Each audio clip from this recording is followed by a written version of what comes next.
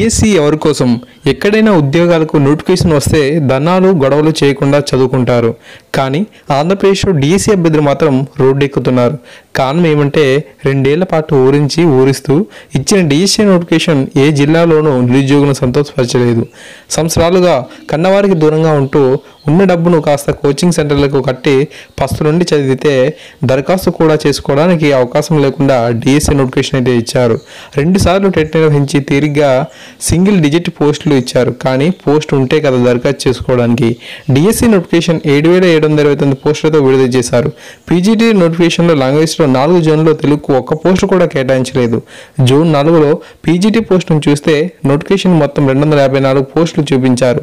అందులో మోడల్ స్కూల్లో 177, బీసీ వెల్ఫేర్లో 77 పోస్టులు ఉన్నాయి.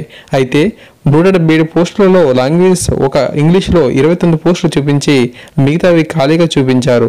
నాన్ లాంగ్వేజ్లో 67 పోస్టులు అనేది చూపించారు. కలిపితే 96 పోస్టులు. 177లో 96 పోస్టులు తీసివేస్తే 81 పోస్టులు మిగిలినవి చూపించాలి. ఈ పోస్టులు ఏమయ్యాయో విద్యాశాఖ చెప్పాలని నిరుద్యోగ డిఎస్సి అభ్యర్థులు కోరుతున్నారు. ఏపీ ప్రభుత్వ విద్యా వ్యవస్థను నిర్వీర్యం చేస్తుందనే ఆవేదనను నిరుద్యోగులు రాను కూడా తీవ్రమవుతుంది. 10 ఏళ్లుగా జూనియర్ కళాశాల లెక్చరర్ పోస్టులకు నోటిఫికేషన్ విడుదల కాలేదు.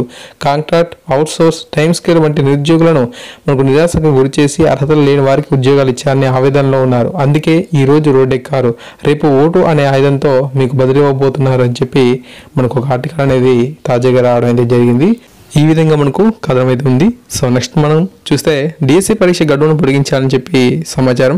డిఎస్సి పోస్టుల భర్తీ విషయంలో ప్రభుత్వం నిరుద్యోగుల జీవితాలతో చెలగాటు మాడుతుందని ప్రైవేట్ టీచర్ల లెక్చరర్ల సంక్షేమ సొసైటీ మహిళా విభాగం రాష్ట్ర అధ్యక్షురాలు నీలం స్వరూపరాణి గారు అన్నారు.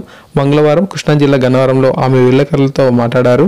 గత ఎన్నికలప్పుడు ఇచ్చిన హామీ మేరకు డిఎస్సి పోస్టులను పెంచాలని, ఈ పరీక్ష గడువును కూడా పొడిగించాలని ప్రభుత్వాన్ని డిమాండ్ చేశారు. డిఎస్సి పోస్టులు ఎన్ని ఖాళీగా ఉన్నాయో ప్రభుత్వం స్పష్టత ఇవ్వకపోవడం శోచనీయమన్నారు. తొలుత 22,000 పోస్టులని, తర్వాత 14,300 పోస్టులు భర్తీ చేస్తామని చెప్పి ఇప్పుడు కేవలం 7,729 పోస్టులను తగ్గించడం దారుణం అని చెప్పి అన్నారు. సో ఫ్రెండ్స్, ఈ విధంగా మనకు ఇన్ఫర్మేషన్ అయితే ఉంది. సో డిఎస్సికి సంబంధించి ఈరోజు వచ్చిన కథనాన్ని అయితే చూసాము. సో మరిన్ని అప్డేట్స్ కోసం మన ఛానల్ సబ్స్క్రైబ్ చేసుకోండి. Thank you.